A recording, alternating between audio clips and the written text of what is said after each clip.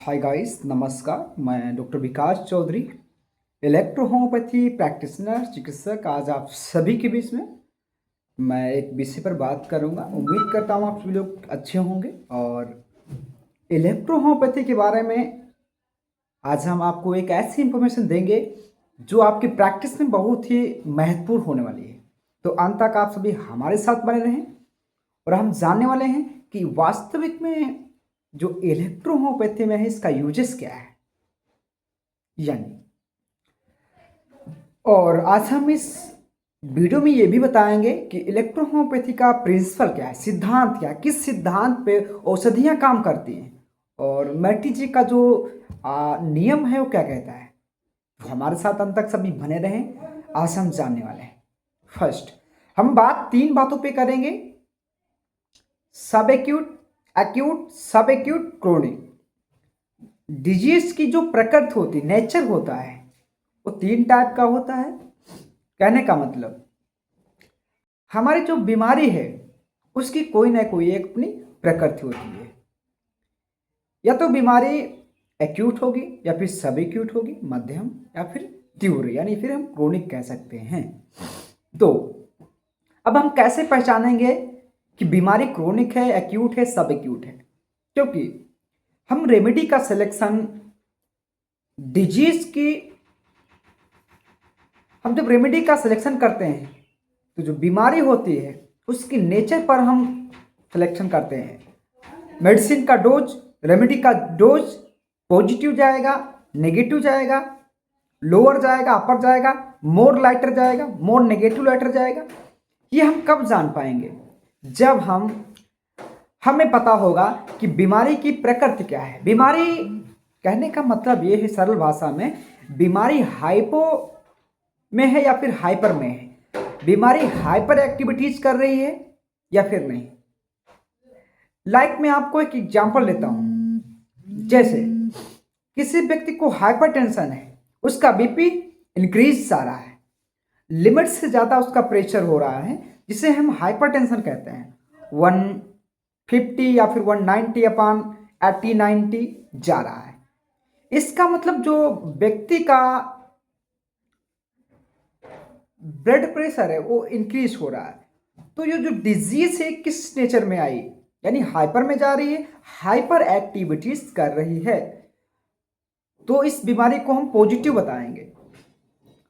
Positive हो गया तो पॉजिटिव में नेगेटिव देने की आवश्यकता में है। D6 में हम इस यहाँ पे रेमेडी का सिलेक्शन करेंगे, यानी नेगेटिव डोज व्यक्ति को हम देंगे।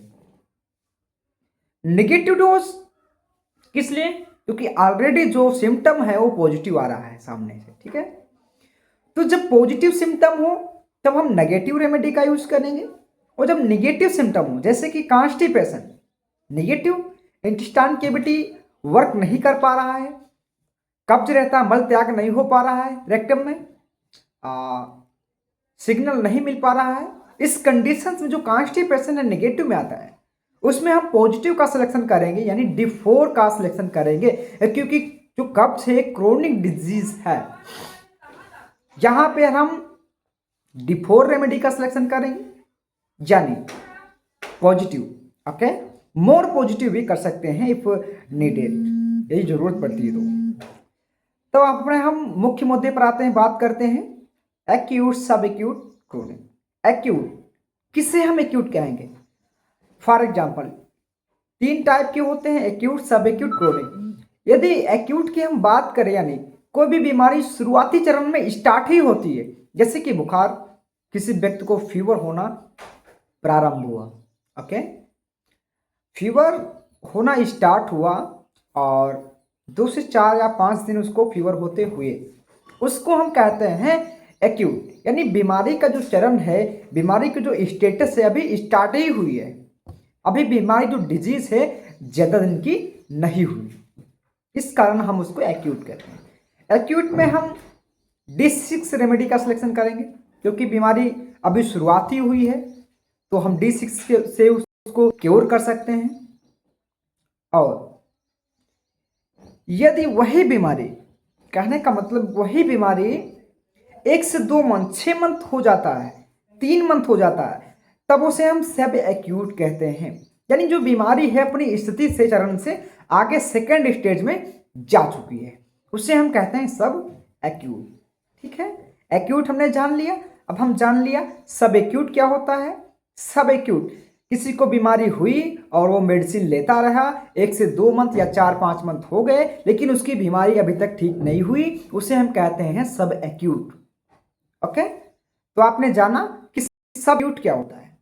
अब हम बात करेंगे क्रोनिक के बारे में। क्रोनिक में हम जानेंगे यानी डिजीज है और वह है उसको काफी दिन हो चुके हैं, 1 साल 2 साल 4 साल।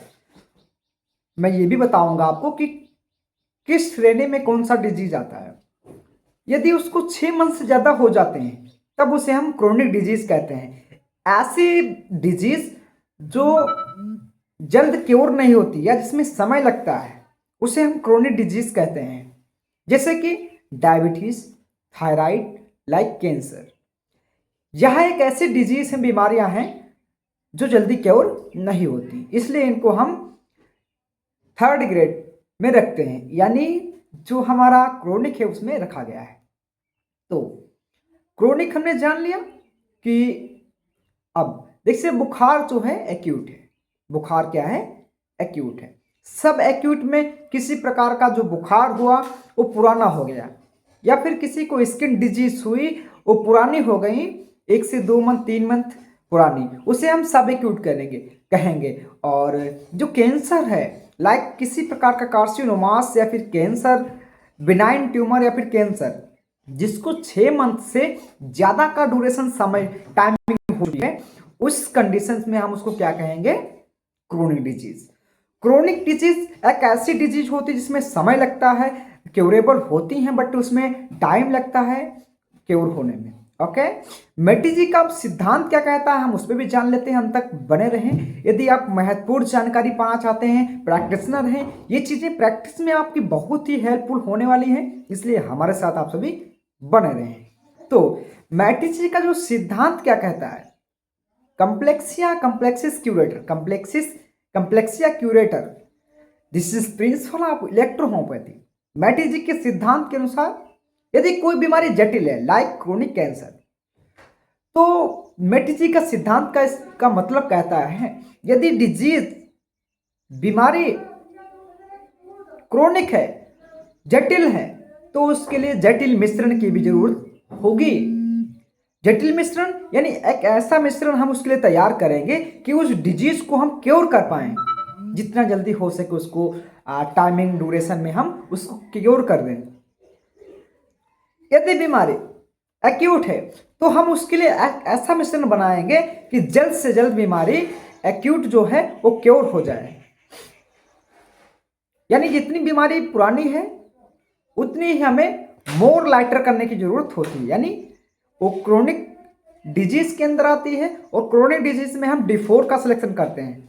मैं आपको रिपीट कर देता हूं, D6, D5, D4 तीन ही जो हम डाइल्यूशन का यूज करते हैं, D6, D5, D4, first second third भी बोल सकते हैं। ओके, और बहुत सारे लोग 10 तक भी जाते हैं, 10,000 पोटेंसी तक जाते हैं, बट हम पोटेंसी पे नहीं जाएंगे। इलेक्ट्रोहोम्योपैथी में वो होम्योपैथी में यूज होता है, सिर्फ हम फर्स्ट सेकेंड थर्ड को ही यूज करते हैं, जिससे हमको रिस्पांस और रिजल्ट बहुत अच्छे देखने को मिलते हैं। ओके, तो उम्मीद करता हूं आप सभी इन रोग की प्रकृति को समझ गए होंगे। तो अपने हिसाब से जैसा भी रोग आपको लगता है उसके अनुसार आप रेमेडी का सिलेक्शन करिए, और रेमेडी की सिलेक्शन के बाद आप सभी डोजोलॉजी करिए, डोज का चूज करिए कितना देना है, हमें पॉजिटिव देना है, D5 देना है, D4 देना है, D6 देना है, ये आप पे निर्भर करता है कैसी आपकी प्रैक्टिस है, कैसे करेंगे। उम्मीद करता हूँ आज का वीडियो अच्छा लगा, लाइक सब्सक्राइब करें ऐसे ही इंफॉर्मेटिव वीडियो देखने के लिए। थैंक्स फॉर वॉचिंग, नमस्कार।